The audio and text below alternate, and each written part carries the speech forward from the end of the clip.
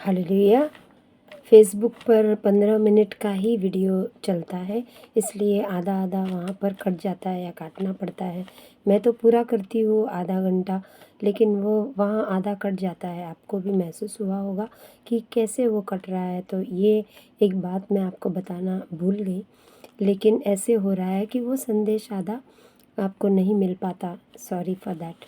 सो मैं आधे घंटे का यूट्यूब पे डालती हूँ, उसमें पूरा आधा घंटा या पौना घंटा, क्योंकि प्रभु वचन 10 मिनट में या 15 मिनट में होने वाला कार्य नहीं है। उसके बहुत सारे और उसमें जो समाये हुए जो प्रेरणाएँ मिलती है वचन की, वचन का ज्ञान, वचन का अर्थ वो बहुत ही गहरा है। एक एक शब्द में, एक एक वाक्य में प्रभु के बहुत सारे उससे जुड़े हुए और वचन आते हैं। नए विधान के, पुराने विधान के समझाने में या समझने में समय लगता है और समय चाहिए, तो 15 मिनट में नहीं हो पाता। लेकिन मैं फिर भी तेज़ी से बात करके कोशिश करती हूँ, लेकिन आपको भी ज़्यादा तेज़ मुझे नहीं जाना कि आपको समझ में आना चाहिए। आप ऐसा नहीं समझे कि फिर ये तेज़ तेज़ बोलकर हम कुछ भी ना समझ पाए, ऐसे नहीं होना चाहिए। व्यर्थ नहीं जाना चाहिए। प्रभु का प्रार्थना में वीडियो जो बनाते हैं उसमें भी बहुत मेहनत लगती है, बहुत समय जाता है। मैं बहुत देर प्रार्थना करके फिर मैं ये कोशिश करती हूँ। मैंने कोरोना के बाद भी 3 साल इसे दबाए रखा, नहीं करना चाहा। तो ईश्वर की आत्मा की प्रेरणा को ज़्यादा देर हम दबा नहीं सकते। ईश्वर की आत्मा का दमन ज़्यादा देर नहीं कर सकते। तो ऐसे प्रभु की प्रेरणा जब हमें मिलती है तो उसे देर से ही भले, लेकिन कोई बात नहीं, हमें उसे पूरा करने में प्रभु का साथ देना चाहिए। Hallelujah, hallelujah. अब आगे आते हैं। उस गधी को स्वर्गदूत दिखाई दिया, ये बहुत अच्छा हुआ। और लेकिन मनुष्य होकर उस मनुष्य को नहीं दिखाई दिया। यही बहुत कठिन बात है प्यारे भाइयों और बहनों। मनुष्य सुनता है, ईश्वर की आज्ञाएं जानता है, परंतु उसका पालन नहीं करता। वो ईश्वर ने पाया कि वो मनमानी करता है। सबसे पहली मनमानी आदम और हेवा से हुई, जो उन्होंने ईश्वर के मना करने पर भले बुरे के ज्ञान का पेड़ जहाँ है वहाँ से फल तुम नहीं खाओ, ये सीधी आज्ञा दी थी। जो शैतान जिस भी रूप में उनके सामने आया, उनको वो फल दिया, सेब दिया या कोई और फल दिया, उन्होंने लिया और आसानी से खाया। उनको कोई भी फल खाने में वहाँ पर कोई मनाही नहीं थी। उन्होंने उससे वो फल क्यों लिया? क्या शैतान फल वाला बन के आया वहाँ पर? उन्होंने उनसे खुद तोड़ के हर दिन खाते थे ना, तो क्यों उनको ऐसे मोह हुआ जो नहीं होना चाहिए था? ये मनमानी अक्सर ऐसे ही वो नबी भी अपनी मनमानी कर रहा था, क्योंकि राजा को डर हुआ था कि मिस्र देश से जो लोग आए हैं, मिस्र देश से कौन आए? इज़राइल प्रजा। इज़राइल कौन है? इज़राइल प्रजा ईश्वर की प्रजा, ईश्वर की अपनी प्यारी प्रजा, ईश्वर के अपने प्यारे लोग, जिन्हें ईश्वर ने स्वयं मिस्र देश से, इजिप्ट से छुड़ाया और वो उन्हें आशीष के देश में लेके जा रहे हैं, जहाँ छुटकारा दे रहे हैं, मुक्ति दे रहे हैं, उद्धार उनका कर रहे हैं उस गुलामी से। ये राजा अब कह रहा है कि वे मेरे लिए भय साबित हो रहे हैं, वे बहुत शक्तिशाली है वो प्रजा, और उनको आकर तुम उस जाति को जो वहाँ से निकली उसे शापित करो। देखिए, ये गलत है। एक नबी को राजा कहता है आओ और उस प्रजा को तुम शापित करो। कई बार आपके लिए, आपके विरुद्ध, मेरे विरुद्ध भी कई लोग जो यदि खड़े होते हैं, आपको श्राप देते हैं, या ईश्वर के कोई जादू या तंत्र मंत्र करके आप पर यदि कुछ भी हानि या कुछ बुरा करने की कोशिश करते हैं, आप वहाँ नहीं डरे, क्योंकि ईश्वर आपके साथ है। और ऐसे कुछ भी करने के लिए कोई कहे तो आपको उसमें उनका साथ नहीं देना चाहिए और आप उनके साथ नहीं जाने चाहिए। हालेलुया। दूसरा संदेश है, दूसरा पॉइंट इसमें है कि वह राजा अपना स्वार्थ देखता था, कि स्वार्थ उसका था कि मेरे राज्य में मेरी प्रजा के अलावा मेरी प्रजा को कोई हानि नहीं होनी चाहिए, मेरी प्रजा को कोई नहीं ये ऐसे मारना नहीं चाहिए, न मार डाले। इसीलिए वो अपनी सुरक्षा सोचता था, अच्छी बात। किंतु उसने जो कहा, जो बुरी सोच उसकी थी कि उस प्रजाति को जो ईश्वर ने मिस्र देश से जिनको लाया, उस प्रजाति को तुम शापित कर दो। मतलब वे ईश्वर आशीष में नहीं, बल्कि श्राप, मतलब हमसे नीचे रहेंगे, उन्हें शक्तिशाली नहीं रहेंगे। Hallelujah, hallelujah. ये तो संभव नहीं है।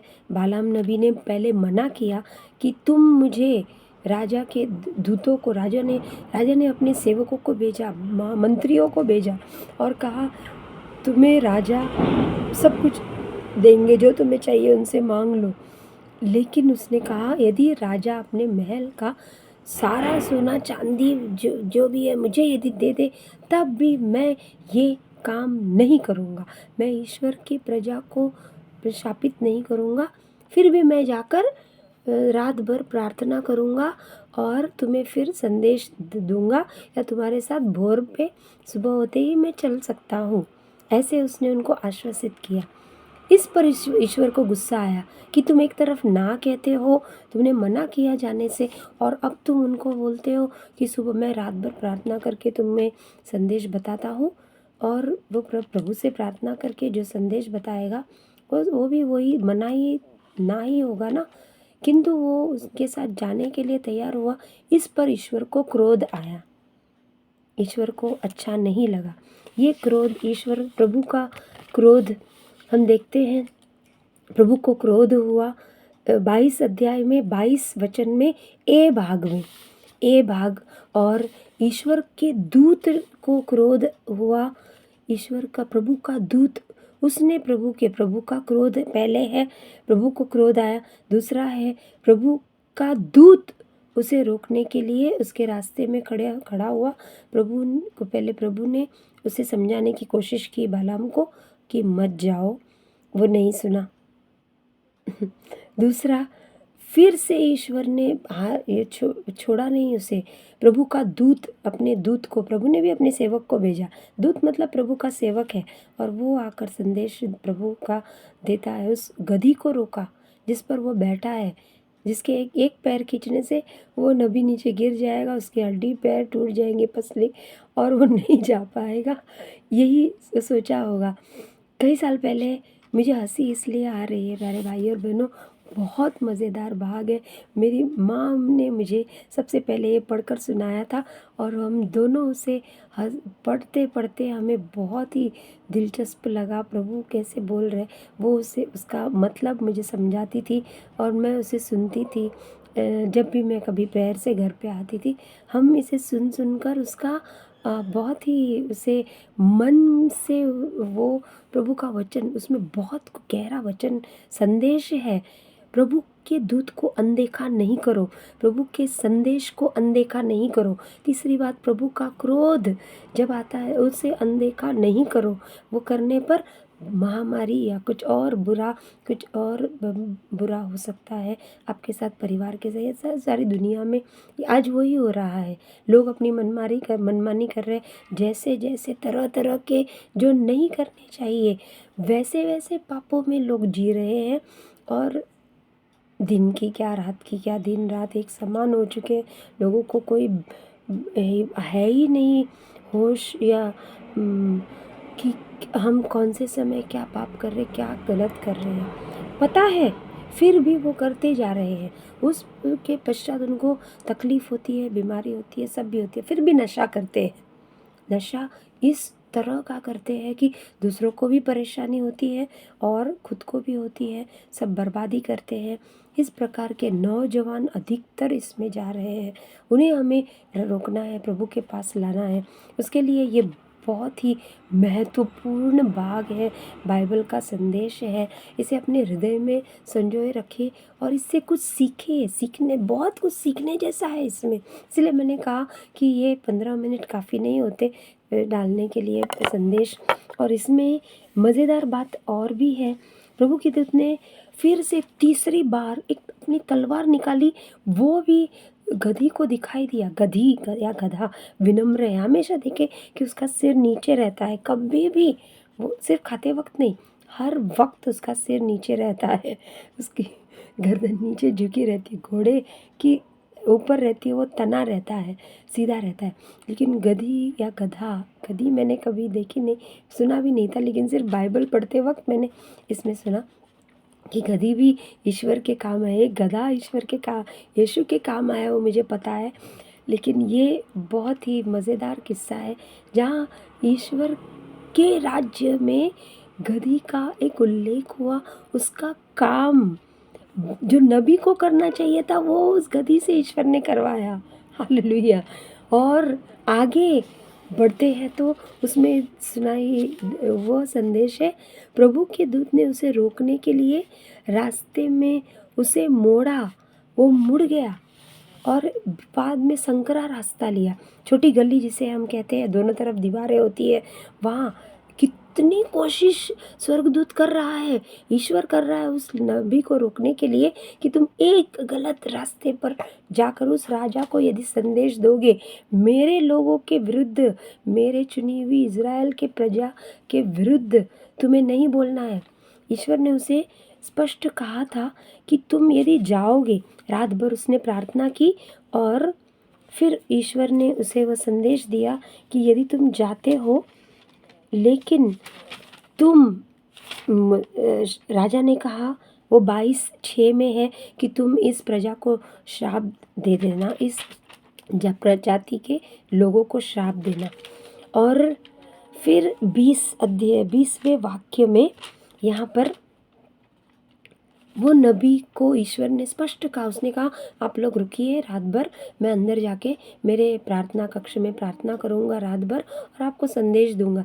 ईश्वर ने तब भी उससे यही कहा था कि तुम जाओ, भले ही तुम जाओ, किंतु मैं जो तुम्हें शब्द दूंगा वो ही तुम राजा के सामने तुम्हें बोलना है।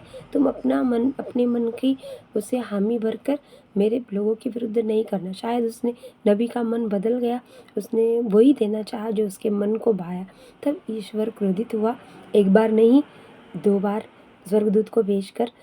तीसरी बार स्वर्गदूत ने तलवार दिखाई जो गधी को दिखाई दी, और वो डर कर कहीं मेरी गर्दन न कट जाए, वो पीछे हटी। उस पीछे हटने से वो बालाम नबी नीचे गिर गया, उसे चोट लगी। उसने फिर से वो संकरा रास्ता लिया, गली से जाने, वो रास्ते से मुड़ गई तो उसने दूसरा रास्ता लिया, शॉर्टकट से जाने के चक्कर में वहाँ भी उस गधी ने पूरा उसे हिला दिया और उसे खुद चक्कर आ रही है, वो खुद वाइब्रेट हो रही है स्वर्गदूत के, उसे कंपा महसूस हो रहा है, कंपन से, कि स्वर्गदूत उसका रास्ता मोड़ रहा है, उसे दिख रहा है, किंतु नबी आंखें होते हुए भी अंधा है। ऐसे होता है प्यारे भाई और बहनों, कई ईश्वर के चुने हुए लोग ईश्वर का संदेश देने में असमर्थ हो जाते हैं। कितना भी वो बड़ा क्यों ना हो, कई बार वो गलत संदेश देते हैं, कई बार वो गलत राह पर दूसरों को ले जाने की कोशिश करते हैं। इनसे हमें सावधान रहने की ज़रूरत है, यही इसमें सिखाया गया है।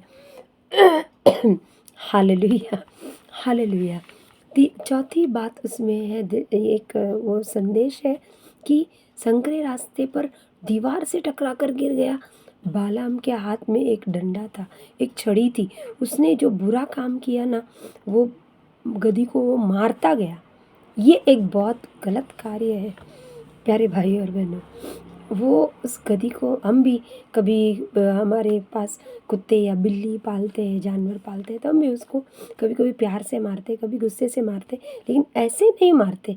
इसने बहुत ज़ोर से उसे मारा, और जब उस गधी को ज़ोर से लगा, उस वक्त जब उसने पटका, गधी बोल उठी, उसको प्रभु ने वाणी दी जो बोल नहीं सकती। मैंने कहा था पहले भी कि ईश्वर ने कहा यदि तुम मेरी स्तुति नहीं करोगे, मेरे लोग मेरी प्रजा होते हुए, मैंने कहा ना आपके चेहरे पर भी ऐसी ही मुस्कुराहट आएगी, आपके चेहरे पर वो आशीष, वो कृपा, ईश्वर का वो ग्रेस, वो ब्लिस जैसे जिसे कहते, वो ये भाग पढ़ते पढ़ते आपको स्पष्ट नज़र आएगा, महसूस होगा कि ईश्वर आपसे कुछ कह रहे हैं, ईश्वर आपसे भी कुछ कहना चाहते हैं। जाग जाइए, सुनिए कि ईश्वर क्या कहते हैं। जोश भर देंगे ईश्वर आप में। हालेलुया, पूरा अभिषेक आपको मिल जाएगा। ये ऐसा एक भाग है जो बाइबल में लिखा हुआ है, पवित्र बाइबल, पवित्र वचन। इसीलिए कहते हैं एक ईश्वर, सच्चा ईश्वर, वही हमारा ईश्वर है।